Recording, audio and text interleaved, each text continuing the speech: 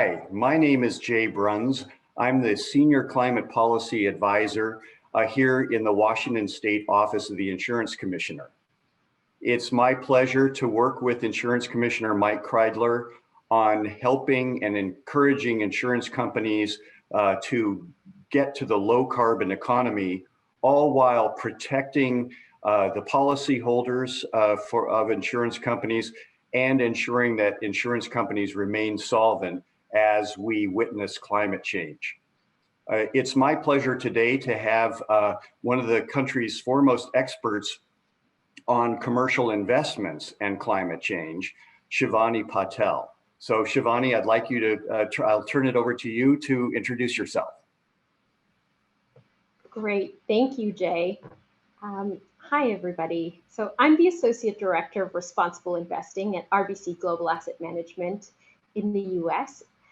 Climate change is a major topic in responsible investing.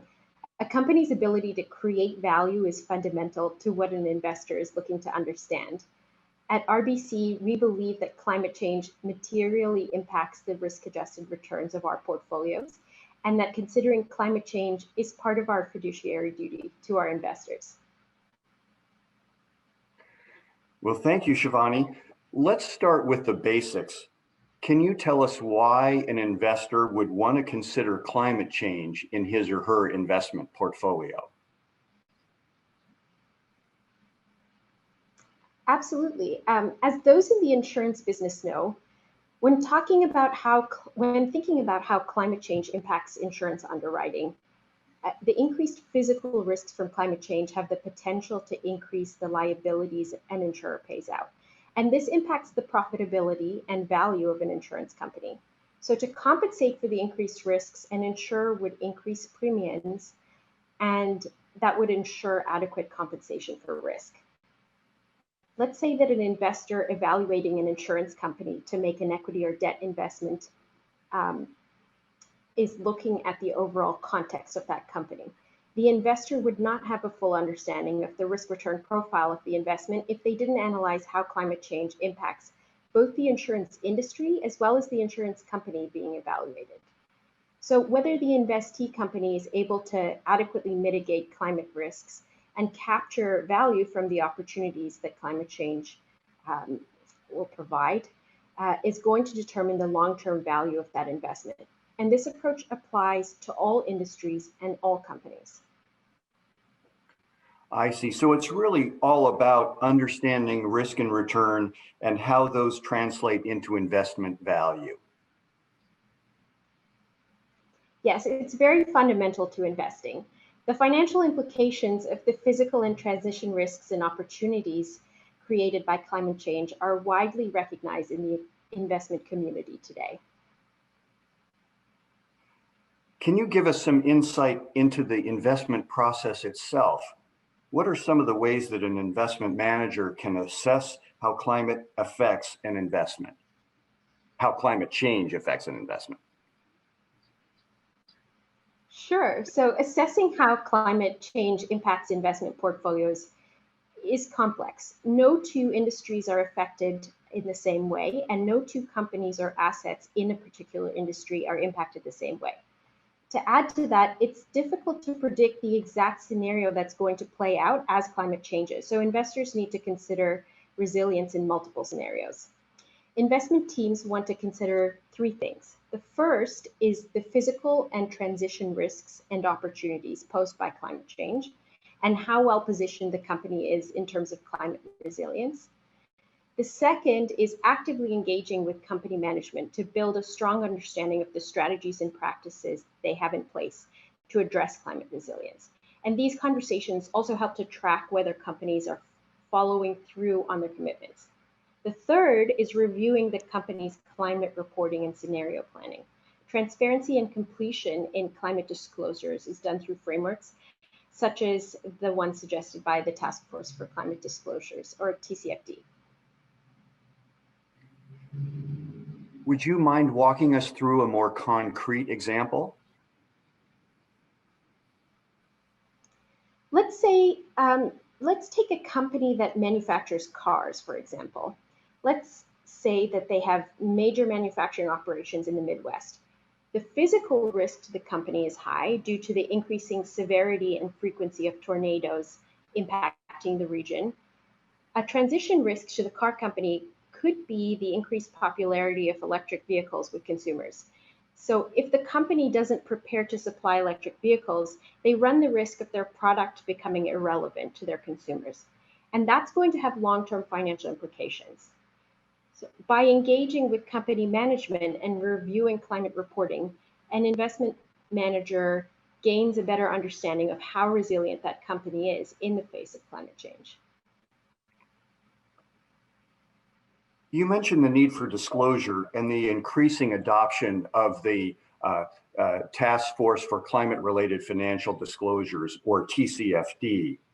Can you talk more about why this framework is gaining relevance? Sure, absolutely. So for financial markets to price climate-related risks and opportunities, investors need data, and we still lack high-quality, complete, and comparable data. That creates challenges in the accuracy of analysis and pricing of both risks and opportunities. The TCFD recommendations have quickly become a global framework. The European Union recommends TCFD reporting as a non-binding guideline.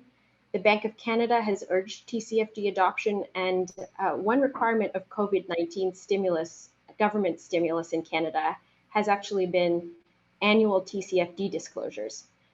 Wide adoption is going to provide a common language. What are some of the investment strategies that can be leveraged to address climate change?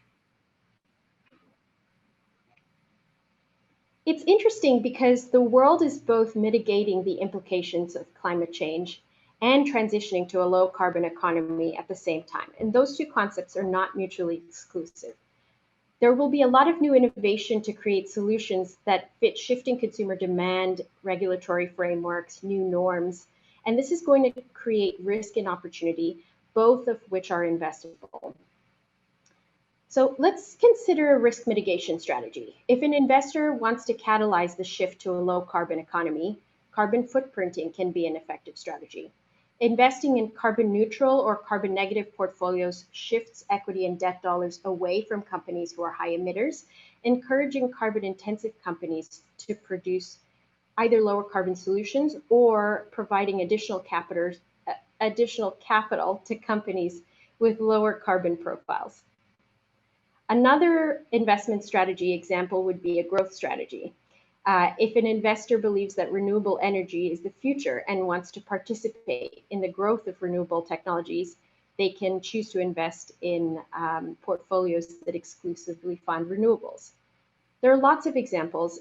NYU Stern's Center for Sustainable Business has found that consumer packaged good brands marketed as sustainable grew 5.6 times faster than other brands over a certain period. So sustainability creates value, and that's investable.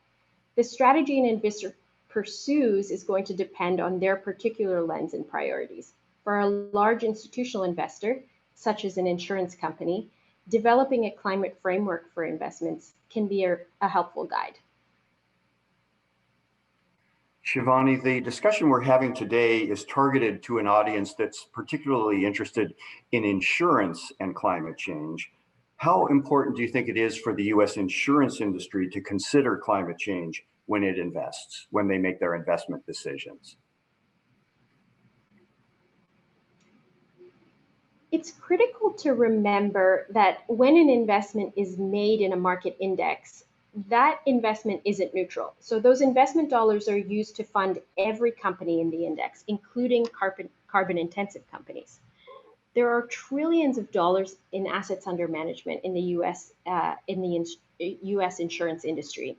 And that's real scale if we can start to shift those dollars and leverage them to address climate change.